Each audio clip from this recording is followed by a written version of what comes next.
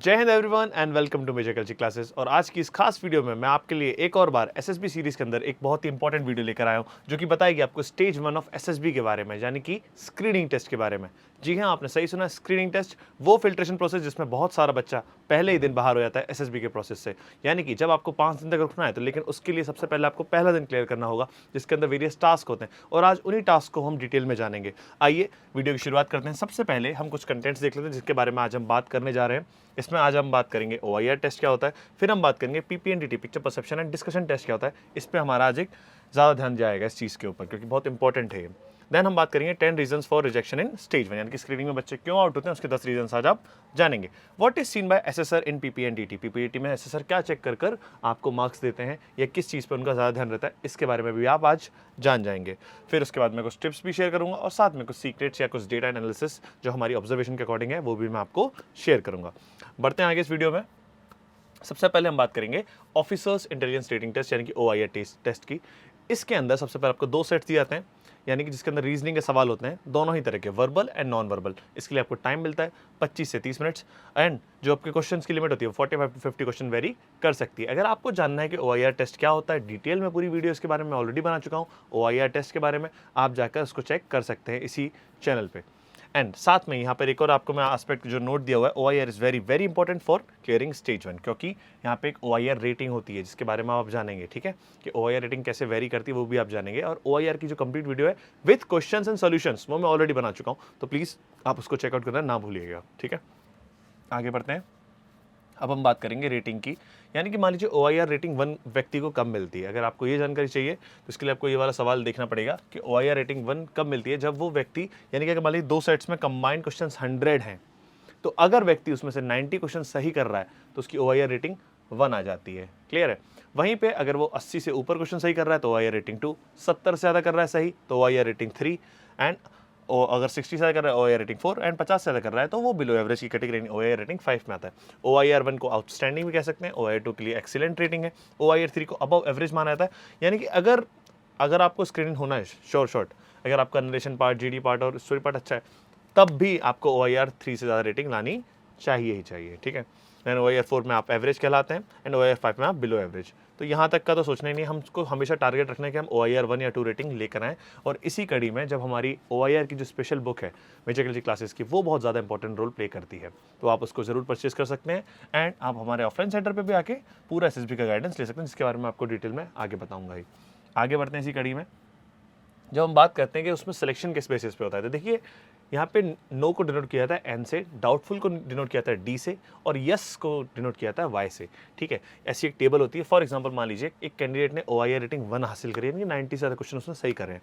ठीक है, साइक ने उसको डाउटफुल दिया, जीडीओ ने उसको नो कहा, आईओ ने उसको नो कहा, क्योंकि स्क्रीनिंग में तीनों ही एसेसर साथ बैठ के आपको एसेस करेंगे, यानी कि पीपीडीटी के दौरान। ठीक है, हालांकि इसको लेकर कुछ थोड़े से मिथ्स हैं, वो भी मैं आपको डिबंक करने वाला हूँ बहुत जल्दी। ठीक है, तब भी उसको रिकमेंड, यानी कि रिकमेंडेड फॉर स्टेज 2 कर दिया जाता है। अगर उसकी ओआईआर रेटिंग इतनी अच्छी है तब भी, अगर किसी ने डाउटफुल में रखा है उसको, तब भी उसको रिकमेंड नेक्स्ट स्टेज के लिए कर दिया जाता है। कैंडिडेट 2 के सीन में देखें, अगर ओआईआर रेटिंग 2 है तो उनको 2 से डाउटफुल लेना पड़ा है। ठीक है, तब तीसरे ने अगर नो भी करा तब भी वो रिकमेंड स्टेज 2 के लिए हो जाएंगे, यानी कि आगे के प्रोसेस के लिए रिकमेंड हो जाएंगे। कैंडिडेट 3 ने ओआईआर रेटिंग 3 हासिल करिए, डाउटफुल डाउटफुल डाउटफुल, तब भी रिकमेंड करेंगे। लेकिन कैंडिडेट 5 का अगर आप देखें तो उनको तीनों से यस लेना पड़ा है, तब जाके उनको स्क्रीनिंग क्लियर कराया गया है। ठीक है, यहाँ पे जो आर का मतलब यानी कि रिकमेंड है, वो बेसिकली फाइनल रिकमेंडेशन नहीं है जो 5वें दिन पे होता है। ये वो रिकमेंडेशन है जो आपको स्टेज 2 में रिकमेंड किया जाता है कि आप स्टेज 1 क्लियर करके स्टेज 2 में जा रहे हैं। हालांकि मैं आपको बताता चलूँ कि यार ओआईआर के लिए इतना इंपॉर्टेंस तो है, बट ज़्यादा इंपॉर्टेंस हमेशा रहेगा पीपीएनडीटी का, picture perception and discussion test का, बिकॉज वहाँ है आपका इंडिविजुअल नरेशन और आपका जीडी, जहाँ आपकी एक्चुअल असेसमेंट हो रही है, आपकी कम्युनिकेशन स्किल्स की, आपकी राइटिंग स्किल्स की। ठीक है, आपकी पावर ऑफ एक्सप्रेशन, कोऑर्डिनेशन, सब कुछ चेक हो रहा है वहाँ पे पीपीडीटी में। आगे बढ़ते हैं उस कड़ी में। ठीक है, तो हमें हमेशा कोशिश करनी है कि हम ओआईआर रेटिंग 1 या 2 तो लेकर आए, लेकिन हमें साथ में ये भी कोशिश करनी है कि हम हमेशा नरेशन और जीडी में अपना बेस्ट परफॉर्म करें। आगे बढ़ते हैं हमारे अगले टास्क की। इसी के अंदर जो स्क्रीनिंग के अंदर आता है पीपीएनडीटी, यानी कि picture perception and discussion test. It's a test of your perception followed by an individual narration and discussion. सबसे पहले यहाँ पे एक पिक्चर डिस्प्ले की जाती है 30 सेकंड के लिए, जो कि ब्लैक एंड व्हाइट पिक्चर होगी। आगे आप जानेंगे उसके बारे में और डिटेल में। ठीक है, उसके बाद स्टोरी राइटिंग होती है, उसके बाद आपका इंडिविजुअल नरेशन होता है, और फाइनली आपका ग्रुप डिस्कशन होता है। क्लियर है। आप देख सकते हैं कि हमारे यहाँ पे कैसे तैयारी कराई जाती है मेजर कल्चर क्लासेस के अंदर में। और साथ में फिर जब पहली बात आती है पिक्चर डिस्प्लेड की, तो किस तरह की पिक्चर दिखाई जाती है? ऐसी ब्लैक एंड व्हाइट एक पिक्चर दिखाई जाती है। आप लोग खुद चाहें तो इसकी एक स्टोरी कमेंट बॉक्स में लिख सकते हैं, मैं उसको ज़रूर रिसर्च करके आपको इसके रिव्यूज़ ज़रूर दूंगा, ठीक है। एंड आउट ऑफ 10 मैं उसको रेटिंग दूंगा बिल्कुल ही, ठीक है। So black and white colour की पिक्चर दिखाई देती है, कई बार ब्लर एंड हेजी पिक्चर भी आती है जो आपको 30 सेकंड के लिए दिखाई देती है। याद रखिएगा 30 सेकंड के लिए दिखाई देती है, उसके बाद ऐसे करके वैनिश हो जाती है, गायब हो जाती है, ठीक है। आपको पीपीटी शीट मिलती है इस तरीके से, उस पर एक बॉक्स बना रहता है जो कि एग्जैक्ट रेप्लिका है आपकी ही पिक्चर का। फॉर एग्जाम्पल मान लीजिए ये पिक्चर है, ठीक है, और इसको अगर मैं इस तरीके से देखूं तो पिक्चर के राइट साइड में ये व्यक्ति खड़ा है और लेफ्ट साइड में ये व्यक्ति खड़ा है। आप कहेंगे कि सर अगर आप ऐसे देखेंगे तो राइट में ये है लेफ्ट में नहीं, ऐसे नहीं चेक किया था। आप उल्टे होकर चेक करिए तो राइट में ये व्यक्ति खड़ा है और लेफ्ट में ये व्यक्ति खड़ा है, यानी कि बॉर्डर के इस तरफ है, तो यानी कि इस पूरे बॉक्स में डिटेलिंग भी उसकी इसी तरफ भरी जाएगी, और जिस तरह से ये व्यक्ति उस तरफ है तो इसकी डिटेलिंग भी उसी तरफ भरी जाएगी, यानी कि यहाँ पे। अब डिटेलिंग कैसे भरी जाती है बॉक्स के अंदर, एक्शन पार्ट क्या लिखा जाता है, क्योंकि ये तो ब्लैंक रहता है, अब आपको इस तरीके से फिल करना होता है। सबसे पहले हम बात करेंगे बॉक्स की डिटेल की, जिसके अंदर आपको सैम याद रखना है। Sex, age, mood. एक कैरेक्टर के अंदर 3 चीज़ें होती हैं, उसका सेक्स, उसकी एज और उसका मूड। तो सेक्स हमें पता है मेल, इसको हम एम से रिप्रेजेंट करते हैं, अगर फीमेल होती तो एफ से रिप्रेजेंट करते हैं। अगर मान लीजिए कैरेक्टर समझ में नहीं आ रहा कि मेल है क्या फीमेल है तो उसको पी से डिनोट करते हैं, पर्सन से, ठीक है। यहाँ पे हमने इसको मेंशन किया M40 पॉजिटिव, हमको मैं मान के चल रहा हूँ कि ये जो अंकल जी हैं ये M40 पॉजिटिव की एज के हैं, और ये जो व्यक्ति इसके सामने इनके सामने खड़ा है इसकी एज है 22 साल के करीब, तो M22 पॉजिटिव। मूड है ये, ठीक है, पॉजिटिव। एज नंबर्स में होती है 40, 20, 26, 18, जो आपको अकॉर्डिंग आपको सही लग रहा है उस पिक्चर को देखते हुए। एंड मूड जो होता है 3 तरह का होता है, पॉजिटिव प्लस से डिनोट करेंगे, नेगेटिव माइनस से, और न्यूट्रल 0 से। यहाँ पे एक टिप मैं आपको देना चाहूँगा, 99% ऑफ द टाइम आपको अपने कैरेक्टर का स्पेशली मूड पॉजिटिव ही रखना है। क्यों? क्योंकि जब आपका माइंडसेट पॉजिटिव रहेगा, पॉजिटिव का मतलब ये नहीं होता कि सिर्फ हंस रहे हैं, खुशी मना रहे हैं, नहीं, पॉजिटिव अप्रोच है उस व्यक्ति की, ठीक है, उसका माइंडसेट पॉजिटिव है, तो इसीलिए मूड कैसा रखा जाता है? पॉजिटिव रखा जाता है। क्लियर है? अच्छा, कुछ लोगों को लगेगा कि क्या ये व्यक्ति उसका पेरेंट यानी कि उसका फादर हो सकता था क्या, इस बच्चे का फादर? देखिए अगर होता भी तो हमें एज ग्रुप, उस एज गैप का ध्यान रखना बहुत ज़्यादा है, क्योंकि आप खुद सोच के देखिए अगर इन दोनों का एज गैप इतना 18 साल का सिर्फ, तो वो तो उसका फादर हो नहीं सकता। ऑब्वियसली यहाँ पे रिलेशन जो है कुछ अलग है। अब बात करते हैं एक्शन पार्ट की। जो एक्शन पार्ट होता है वो प्रेजेंट कंटिन्यूअस टेंस में होना चाहिए, यानी कि पिक्चर में क्या हो रहा है और किसके पर्सपेक्ट में हो रहा है। मैं मान के चलता हूँ कि ये व्यक्ति है, ये एक एग्रीकल्चर स्टूडेंट है, ये कुछ प्रमोट करने आया है, या इसने पढ़ाई कर रखी है, ठीक है, इसने अपनी डिग्रीज कंप्लीट कर रखी हैं और ये कुछ प्रमोशन करने आया है किसी इक्विपमेंट्स का, मॉडर्न फार्मिंग इक्विपमेंट्स का, इस तरीके से है। आपके अकॉर्डिंग हो सकता है कि ये बच्चा अपने चाचा जी से मिलने गया, आपके अकॉर्डिंग ये भी हो सकता है कि एग्रीकल्चर स्टूडेंट है, शायद कुछ खेती में कैसे प्रोडक्टिविटी बढ़ाई जाए उसके लिए कुछ बात करने आया। तो आपका अलग अलग परसेप्शन हो सकता है, इसलिए टेस्ट का भी नाम है पिक्चर परसेप्शन टेस्ट, ठीक है। आपका परसेप्शन कुछ भी हो सकता है, किसी को लग रहा है नॉर्मल सिर्फ अपने पापा जी से बात करने के लिए खेत में गया हुआ था, कैसा भी हो सकता है, छुट्टियों पे हुआ है, पिताजी से मिलने चला गया, हालचाल जाना, पढ़ाई वढ़ाई के बारे में बात करी, ठीक है। कुछ ये भी सोच सकते हैं कि भाई अपने गांव में क्या देखा कि यार वहाँ पे कुछ समस्याएं हैं खेती से जुड़ी। आप खुद सोच के देखिए आपके गांव में कुछ समस्या होंगी खेती से जुड़ी, आप उनका समाधान क्या दे सकते हैं इस एज ग्रुप के हिसाब से, तो प्लीज़ ज़रूर सोचिएगा। अच्छा, मैंने हीरो इसी को क्यों बनाया, इसको क्यों नहीं बनाया, ये सवाल भी आपके मन में आया होगा। याद करके देखिए मैं किसके ड्रेसअप सेंस से या किसी एज से ज़्यादा रिलेट कर पा रहा हूँ, तो हाँ अकॉर्डिंगली अगर मैं इनसे कर पा रहा हूँ तो मैं करूँगा, और मुझे लग रहा है दोनों ही नॉर्मल स्टेट ऑफ माइंड में, दोनों ही पॉजिटिव माइंडसेट में, तो मैं क्यों ना इनके साथ जाऊँ, बिकॉज ये मेरी एज के अकॉर्डिंग भी है और मेरे ऐसा ड्रेसअप भी इनका है, ठीक है, मैं इनसे ज़्यादा रिलेट कर पा रहा हूँ खुद को, ठीक है। और ऐसा कंपलसरी नहीं कि आपका जो हीरो है वो हमेशा मेल ही हो। अगर मान लीजिए पिक्चर में मेल और फीमेल दोनों हैं, लेकिन मेल जो है उसकी condition and state of mind उतना अच्छा नहीं दिखाया गया है जितना फीमेल का एक रिस्पॉन्सिबल दिखाया गया है या बहुत काम पोजीशन में दिखाया गया है, तो आप उस कड़ी में आप फीमेल को बनाएंगे हीरो, ना कि मेल को, ठीक है। अदरवाइज अगर मेल फीमेल दोनों नॉर्मली बातचीत कर रहे हैं तो उस कंडीशन में आप मेल को हीरो बना के चलें, ज़्यादा बेहतर रहेगा। फीमेल के केसेस में फीमेल को हीरो बनाकर चलें, ज़्यादा बेटर और ज़्यादा रिलेटेबल लगेगा, ठीक है। हालांकि उससे इतना कोई ऐसा मेजर इफेक्ट नहीं पड़ता है, ठीक है। इस तरीके से फिर आप अपनी स्टोरी को लिखते हैं, ठीक है। ओके, यहाँ पर एक्शन है promoting use of modern equipments. Clear है, क्या हो रहा है, प्रमोट कर रहा है, promoting ING present continuous tense, promoting use of modern equipments, इस तरीके से एक्शन लिखा जाता है, जो कि सिर्फ 5 to 6 वर्ड्स का हो तो भी सही है, 4 to 5 वर्ड्स का चल जाता है। क्लियर है। Then comes your story part. अब स्टोरी में 3 चीज़ें ध्यान रखनी है, what led to the situation, what is happening in the situation and what will be the final outcome of it. Story लगभग 10 से 12 लाइन्स की हो। शुरू की 2 लाइन में आप उसमें समझा रहे हो कि भाई पिक्चर में क्या हो रहा है, कैसे हो रहा है, मतलब इस सिचुएशन तक कैसे पहुंचा वो, हीरो का बैकग्राउंड क्या है, हीरो कहाँ का रहने वाला है, उसकी एज क्या है, क्या करता है वो, इस सिचुएशन में कैसे पहुंचा। अच्छा, सिचुएशन में जब आ गया, इस परिस्थिति में जब वो आ गया, जब वो व्यक्ति से बात कर रहा है तो उसको क्या क्या समझाया, क्या क्या सुझाव दिए, क्या क्या किया उनके लिए, ये होता है फ्लो ऑफ एक्शंस। ये एक्शंस दिए जाते हैं। फाइनली आउटकम क्या निकल के आया है, शॉर्ट टर्म गोल क्या अचीव हुआ, क्या इन व्यक्तियों ने उस चीज़ को इम्प्लाई करके क्या उन्होंने अच्छे गेन्स हासिल करे, तो तो ये तरीके का आपका पॉजिटिव एंडिंग उसके पॉजिटिव नोट पे होनी चाहिए। क्लियर है? तो आप अपनी स्टोरी लिख के जरूर भेजिएगा।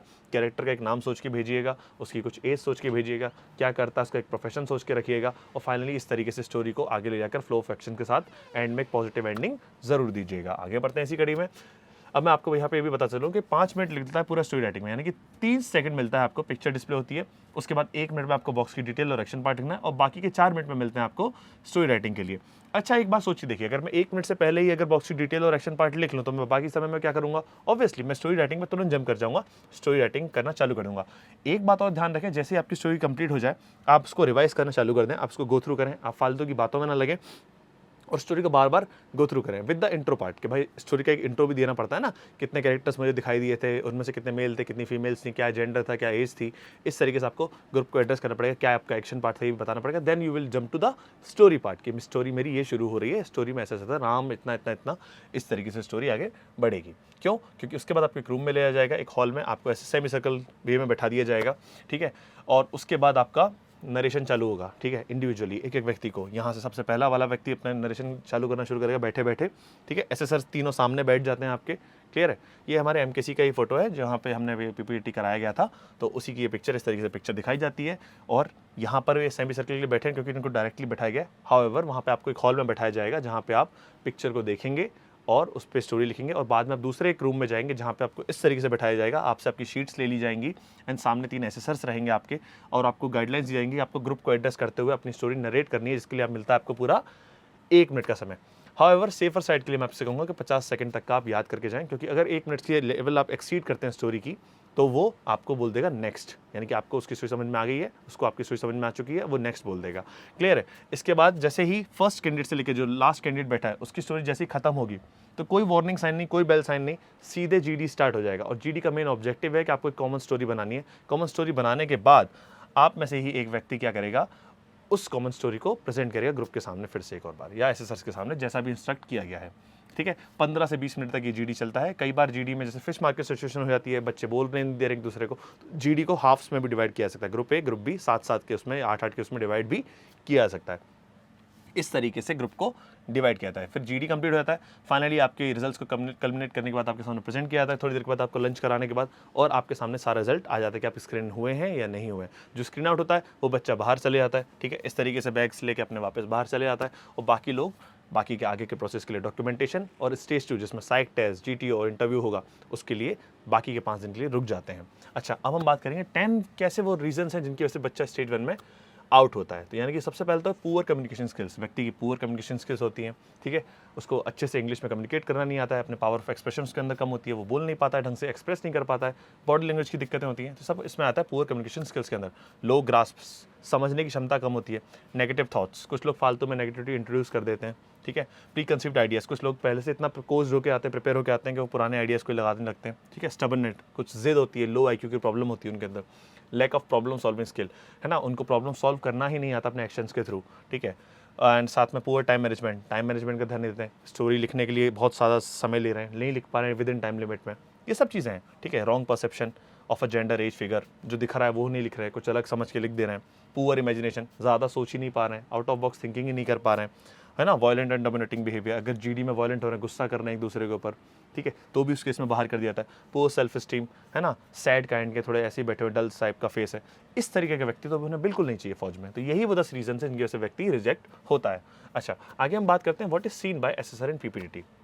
पीपीटी में क्या ऑब्जर्व करते हैं वो आपका ऑब्जर्वेशन स्किल कैसा है, आपका परसेप्शन कैसा है, आप नरेशन, देखिए वेरी इंपॉर्टेंट लिखा हुआ है, नरेशन बहुत ज़्यादा इंपॉर्टेंट होता है, बिकॉज ये आपको शॉर्ट स्क्रीन करा सकता है, ठीक है, क्योंकि मान लीजिए हो सकता है जीडी इतना हौच पुच इतना फिश मार्केट सिचुएशन बन जाए कि शायद जीडी ना हो पाए अच्छे से, लेकिन नरेशन एक ऐसी चीज़ है जिसके बेसिस पे भी आपको जज करके अच्छे से वो रिकमेंड स्क्रीनिंग कर सकता है, स्टेज 2 के लिए रिकमेंड भी कर सकता है, ठीक है।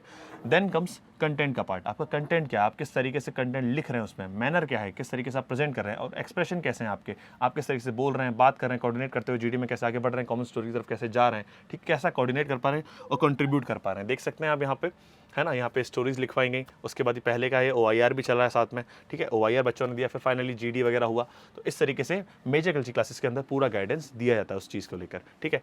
अब हम बात करेंगे what is seen by assessor in group discussion. सबसे पहले आपका पार्टिसिपेशन, आपकी firmness on views, manner and mannerism, आपकी एम्पैथी कैसी है, ability to encourage and involve others, response and reaction to others, tact in interaction, ability to maintain emotions, आपके facial expression कैसे, आपकी वॉइस टोन कैसी है, आपकी body language, impact on others, और साथ में इसमें यहाँ पे आपका एक और चीज़ इंपॉर्टेंट रखती है, आपकी जो बॉडी लैंग्वेज के अंदर का एक पार्ट है कि आप नेक मूवमेंट कैसा रख रहे हैं साथ में, ठीक है, आप वॉइस मॉड्यूलेशन का यूज़ कर रहे हैं या नहीं कर रहे हैं, इस चीज़ का भी ध्यान दीजिएगा, ठीक है। इस तरीके से आपका असेसमेंट होता है, आपको जीडी वगैरह और आपका इंडिविजुअल सुना जाता है, ठीक है।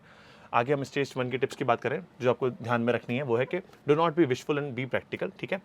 ऐसा नहीं कि बहुत ज़्यादा ही सुपरफिशियल स्टोरीज बना रहे हैं, ठीक है, प्रैक्टिकल स्टोरीज बनाइए, कोई नेगेटिविटी को इंट्रोड्यूस मत करिए, ठीक है, ओवर राइटिंग को अवॉइड करिए, कटिंग वगैरह मत करिए ज़्यादा, ओरिजिनल प्लॉट रखिए, ठीक है। Do not describe the picture, okay, description test नहीं है जो कि बहुत बार कंफ्यूजन होती है, डिस्क्रिप्शन टेस्ट नहीं, तो इसलिए डिस्क्राइब नहीं करना है पिक्चर को, make a story on it, okay, write a story which you can handle, do not choose a negative character as hero, ठीक है। तो आपका जो हीरो, मान लीजिए स्टोरी में कोई पिक्चर में नेगेटिव दिख भी रहा है, तो वो आपका हीरो नहीं होना चाहिए, आपका हीरो कौन होना चाहिए, पॉजिटिव, बेशक वो दूसरे जेंडर का ही क्यों ना हो एक बार को, क्लियर है।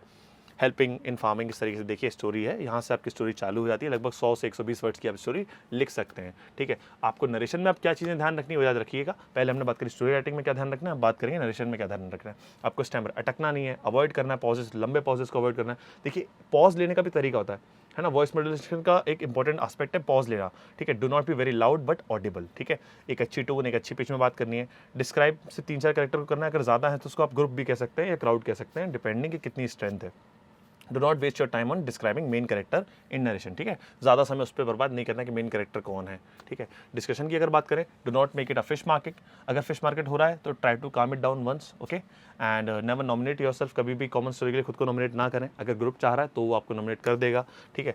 If nominated by group do not narrate your own story, अगर नॉमिनेट कर भी दे रहा है ग्रुप कि चलिए 6 नंबर ये बोलेंगे, तो अपनी स्टोरी नहीं सुना देनी, जो ग्रुप ने डिसाइड करी है वो स्टोरी सुनानी है। आपके जो भी डाउट्स हों वो आप कमेंट्स में जरूर लिखिएगा, मैं उनके रिस्पॉन्सेज भी आपको जरूर दूंगा, ठीक है। You can add 5 points of your story, कुछ पॉइंट्स अगर आपको लगे तो आपकी स्टोरी में अच्छे वो आप जरूर ऐड कर सकते हैं।